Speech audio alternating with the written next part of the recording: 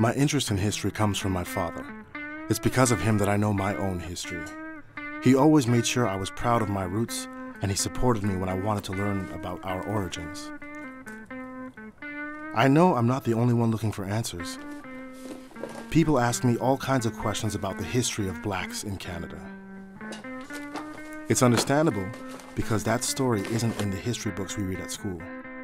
That's what led me to try to put together the pieces of the puzzle, to learn more about other black communities in Canada.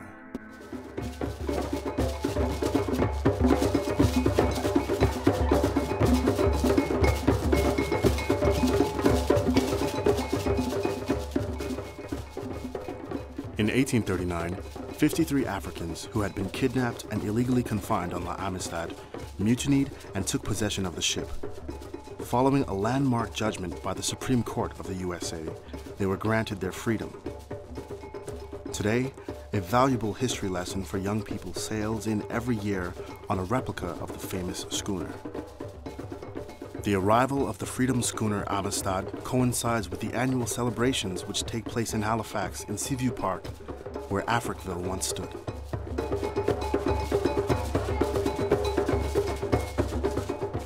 Dr. Henry Bishop is a well-known musician, author, and historian.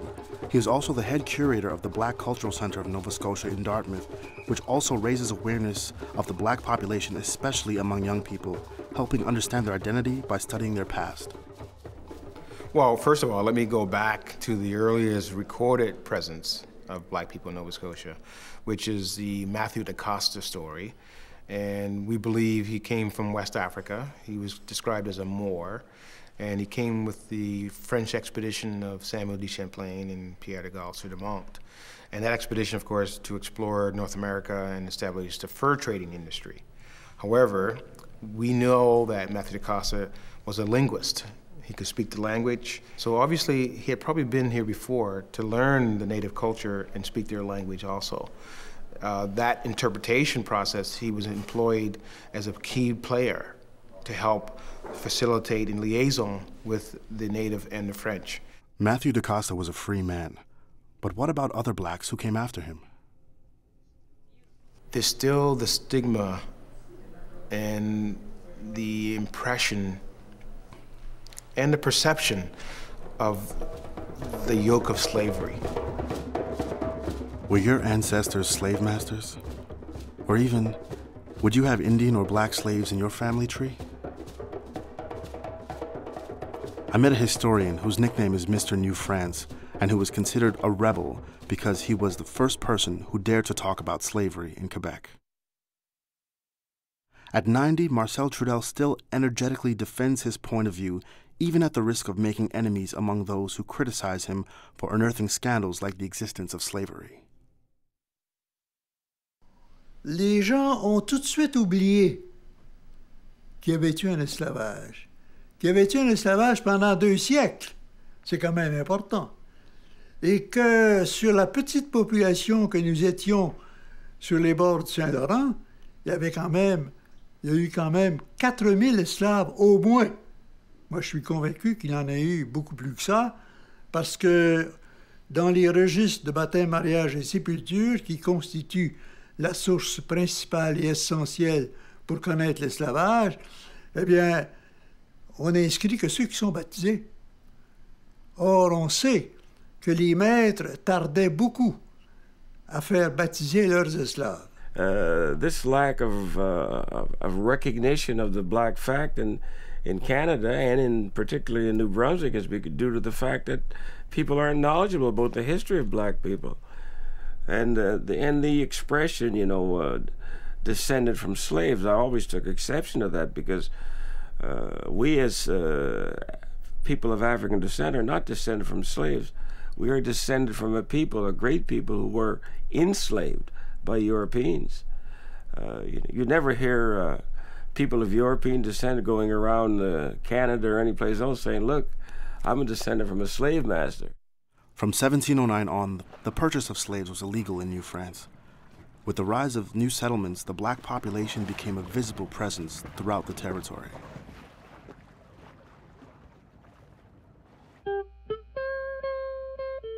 In Nova Scotia, refugees fleeing the American Revolution and slavery settled along the coasts in the county of Shelburne at the southern tip of the province. At the end of the 1780s, with a population of more than 1,500, Birchtown was the largest community of enfranchised blacks in the world outside of Africa. Deborah Hill at the Genealogy Center of the Black Loyalist Heritage Society on the historical site of Birchtown has dedicated her life to promoting the history of Black Nova Scotians. The Black Loyalists came to this area as a result of the American Revolutionary War. As you know, that the American colonies rebelled, but while that war was ongoing, there was a proclamation, there were several actually, that blacks who would leave their rebel masters and join the British or took refuge behind British lines would be deemed free. Of course, the British didn't realize at the time that they would lose that war, but when they did, and after the Paris Peace Treaty of 1783, the last British stronghold in America was New York to the north, St. Augustine, Florida to the south. But that is where Sir Guy Carleton arranged for blacks and whites alike who wished to leave with the British to evacuate from there. So that is where the majority came from, transports that left New York in 1783 to come to Canada, the Caribbean islands, Germany, and England.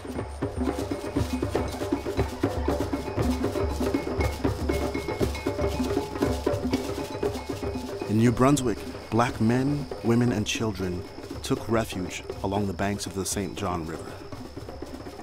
Today, in the idyllic settings of Gagetown, New Brunswick, it's hard to imagine that the town was once home to black slaves, black servants, and enfranchised blacks who walked along the same streets. The ancestors of the Hector family were in earlier days slaves who belonged to James Peters. Yes, the Peters family originally came here as loyalists in 1785, and the father, James Peters, was in fact the land agent for the Crown who was responsible for laying out the village and allocating properties to loyalists. When his will was probated in 1821, it was very interesting to note that most of the will was taken up with describing what should happen to the household slaves which James Peters had brought with him as property from Long Island, New York in 1785. It was true, you know, and it was probably not widespread, and there probably weren't many slaves in this part of the country, but it was not unique that the Peters family owned slaves. There were certainly other well-to-do families who came as loyalists who were able to bring their slaves with them, much in the same way as they brought other household property, although it almost pains me to say it in those terms.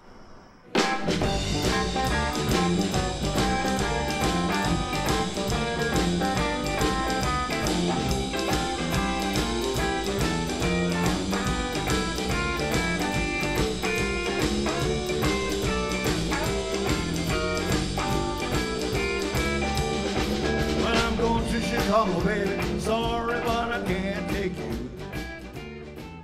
In St. John, New Brunswick, David Peters is not only a historian who specializes in the history of blacks in New Brunswick, but also the descendant of Thomas Peters, a black loyalist who arrived in St. John in 1784. Thomas Peters was one of the sergeants in the black battalion that was formed to help George III keep the American colonies under English control. When they lost, they were all deported literally from New York here to what was Nova Scotia. Now this structure we call the pit house, and we call it that because it's a pit dug into the ground, and we know that the black loyalists erected this type of structure at least during the first year that they arrived here. It was quite a development for them. It was they thought they were getting away from all the tyranny that they could possibly endure, just to find out that when they landed here, they were coming here still in December of 1783. So there would have been a lot of snow on the ground. They couldn't really go into the woods and clear a spot and wouldn't have lumber readily available. So they just used what they could. I need you to picture this. We're in Birchtown, which is 5 miles to the west, of Shelburne, the large United Empire Loyalist settlement. And their land grants that the government gave them in 1787 were 15 miles again to the west. Now, how do they squat here, make a living, while traveling 5 miles to the east each and every day of the week, sun up to sundown? How do they then travel 15 miles to the west and improve the land that was granted to them? And that's the only way that they can take title of it was to clear it and either put an orchard or a garden on it, and they had to put a dwelling on it, whether it's a house or a barn. And they had to do that within a year. Well, guess how many actually took possession of those lands to the west of us? None. None. It was an impossible situation. In 1792, 1,196 blacks from Nova Scotia and New Brunswick left for Sierra Leone to begin a new life there. This exodus was organized by Thomas Peters. And he was one of the few that could read and write. So he was used by the black people to try and get their rights back. And he's one of the results of Sierra Leone today, because they saved up enough money. They were so degraded by the conditions they had to live under when they landed here that they got enough money to figuring if he went and spoke to the royal family, George III, not realizing what was happening here in the colonies, he'd do something about it.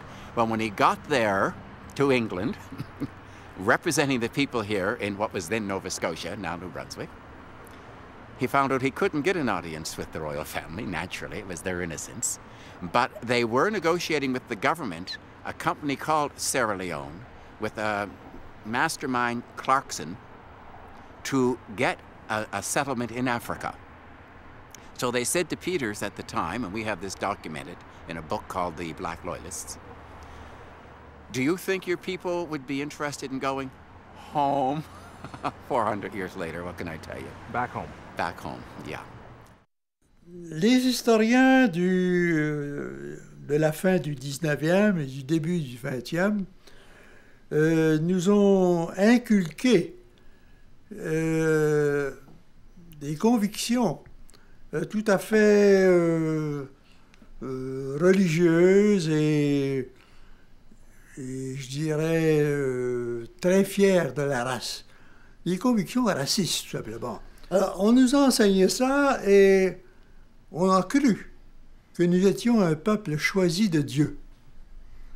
Alors, vous comprenez que dans ces conditions, il y a des choses dont on n'a jamais parlé, ou sur lesquelles, en tout cas, on n'a jamais insisté. Les esclaves. Garneau, l'historien nationaliste qui publie en 1845, écrit à peu près ceci: nous avons eu bien quelques esclaves lorsqu'a commencé le régime anglais. Vous voyez, toujours les Anglais, les méchants qui ont amené l'esclavage au Canada. Donc, l'esclavage, nous avons eu quelques esclaves au début du régime anglais, puis ensuite les esclaves ont disparu peu à peu. C'est tout ce qu'il dit de l'esclavage. Pourtant, Garneau a certainement connu des esclaves, puisque l'esclavage n'a été aboli officiellement qu'en 1833. Et il restait de toute façon des survivants de l'esclavage. Alors il savait, lui, qu'il y avait eu dans la population canadienne des esclaves. Mais non, il attribue ça à l'influence anglaise. Compared to the United States and the Caribbean, where slave owners kept large numbers of slaves, those in Canada usually owned only 2 or 3 slaves at a time. They were generally given household chores rather than outdoor work. Mais enfin, les gouverneurs avaient des esclaves. Courcelles en a eu. Les Vaudreuil, à la fin du régime français, avaient des esclaves. Les hauts fonctionnaires, parce qu'ils étaient en mesure de se procurer des esclaves, en avaient aussi. Vous en aviez chez les marchands, en grande quantité, chez les seigneurs, parce que posséder un esclave, c'était quand même un signe de prestige social. Les communautés religieuses avaient besoin de main-d'œuvre, elles ont aussi des esclaves. Blacks who were captured in Africa were transported on slave ships where there were more than 400 people in a confined space in living conditions so terrible that most did not survive the journey. Some died of suffocation, starvation, or disease when they were not simply thrown overboard. Those who survived landed on unfamiliar shores after a dangerous crossing that had lasted several weeks and were then sold as slaves. The slave trade was common in Montreal as well as in Halifax. In 1783, the following notice was published in the Gazette, a newspaper in Quebec. For sale, a Negro wench about 18 years of age who came lately with the Loyalists. She has had the smallpox. The wench has a good character and is for sale only from the owner having no use for her at the present. Likewise will be disposed of a handsome mare. We were not considered as human beings. We were considered something less. And when people go through that type of experience, they have to build up from that. They have it's a lot of soul searching. It's a lot of work. It's hard to maintain one's dignity and self-appreciation when things of this nature have been done to you and to your people.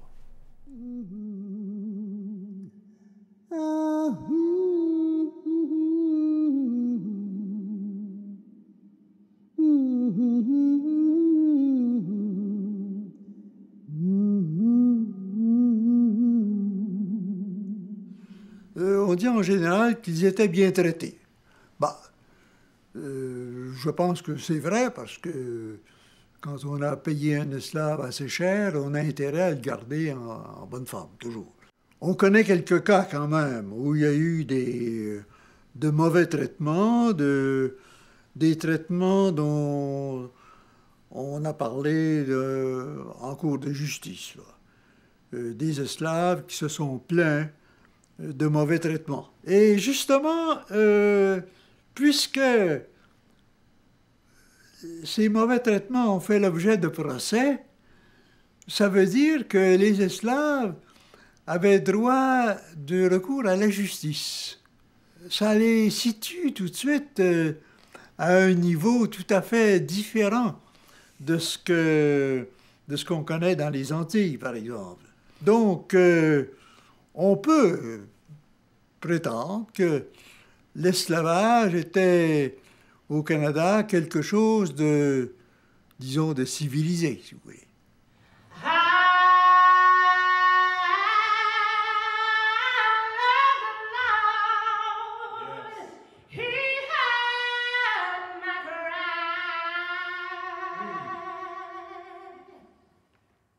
Less than an hour from Montreal on the shores of